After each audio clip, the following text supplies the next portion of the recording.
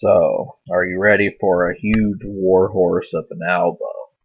I think the answer is you are, and if you're not, you're going to.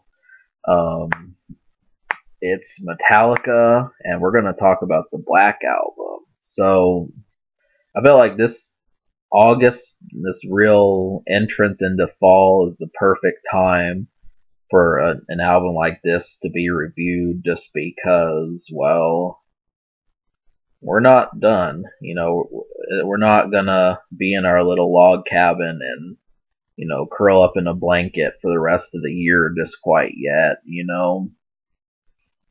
And so there's plenty more. I'd like to think that there's more holidays that are coming up, but really, we've got until like the end of October. So honestly, this isn't about my need for hot weather as much as it is music that makes me want to be outside. And when I listen to Metallica, their 1991 album, which is called Metallica, pretty much it makes me want to be outside. And it makes me want to be doing something, and it's not necessarily about going to a nightclub or going to a dance club or something, as much as it is just finding somewhere to be outdoors where there's not insects and, you know, rock out. And this album succeeds in that just because the energy of it is so top notch. Like, it really works. There's nothing much that really narrows things down. I think the more you listen to it, the more souped up you're going to feel. So there's just been very few albums, at least, I mean, rap does it, but as far as like wanting to get up and, you know, just move around violently, this is probably something that's going to do it. Now, I will say that,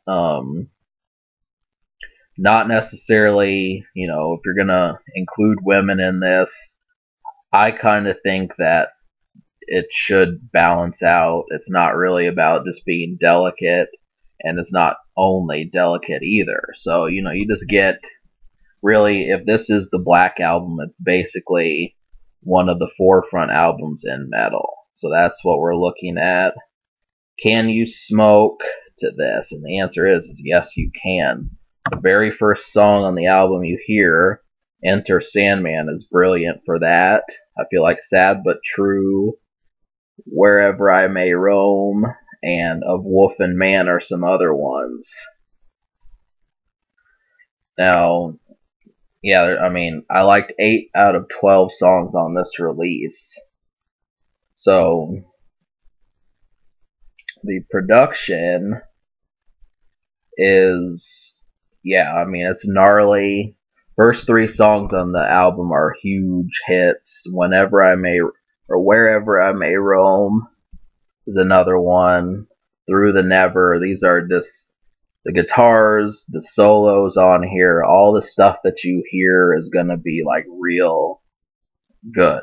And obviously there's further than that. I think there's death metal, there's all sorts of worse things that you can get to, heavy metal and things, but this has like the balance of just making you want to go out and do something. So I know I'm talking about that a lot, but really when you listen to it, there's a good chance that you're probably going to like what they say. So just keep that in mind, and that's like a double whammy right there, just because.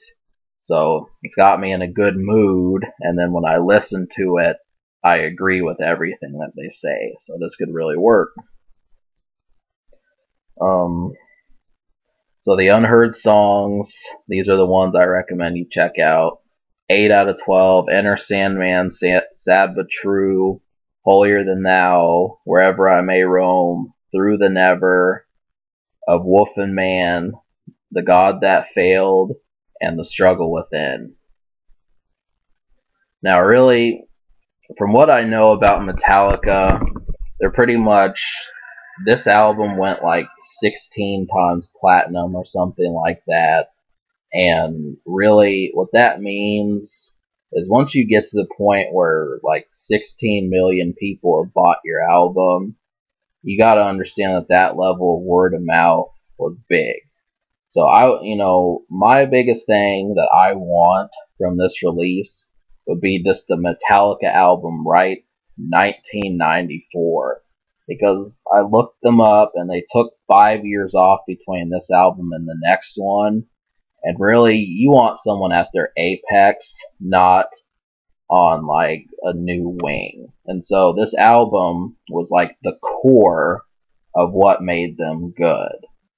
And obviously you can say, well, their records from the 80s were good, but you reach a point where you're making music where it just feels like this is good. And like it's difficult to describe, but uh, yeah, I mean, this release, obviously, it affected people, and I'd go on to say that probably a good decent amount of people listened to this album at least a few times over the past 2 decades. But, it did some stuff for metal, and that's important. So yeah, that basically gives you something to listen to, and, you can just jam out to it for a long time. So that's why I'm not putting emphasis on lyrics, just because you're going to be able to listen to it. Because they've dropped so much music, you're going to be able to hear it from now. I'm not talking just my experience, but if today was the first day you listened to this, you've got like 4 years to listen to it, and it just adds to the package. But I would just get like something to drink and go out in your truck and just find something to do, because that's like the main emphasis. But this album may not get a 10. This album may not get a 10, so you just got to think about that. But I do recommend it quite a bit, and I'm going to give it because I liked 8 out of 12 songs. The only reason I didn't like the other ones was just because some strange reason the guitar just didn't click with me. The band didn't quite click with me in those other 4 songs, but maybe they'll end up being almost songs. But I'm gonna give this album a 9.5, just because yeah. I mean 8 out of 12 is, great, but just a little bit. Just one more song, 2 more songs would have done it completely. So is this album social? I will give it a 9.5 social as well, just because it's rampant the whole time, and yeah, I mean, just the energy is gonna carry it. It's definitely something to go to, but if once you're ready to calm down, this is gonna be like the complete opposite. Like the script is gonna flip, and it may lose a lot of its punctuality just because of that. So if you're capable of understanding with that, if you're sick of Metallica, just go find some post grunge stuff. There's plenty more, but this is pretty much fire. So I give this album a 9.5 and a 9.5 social. Subscribe for more fun.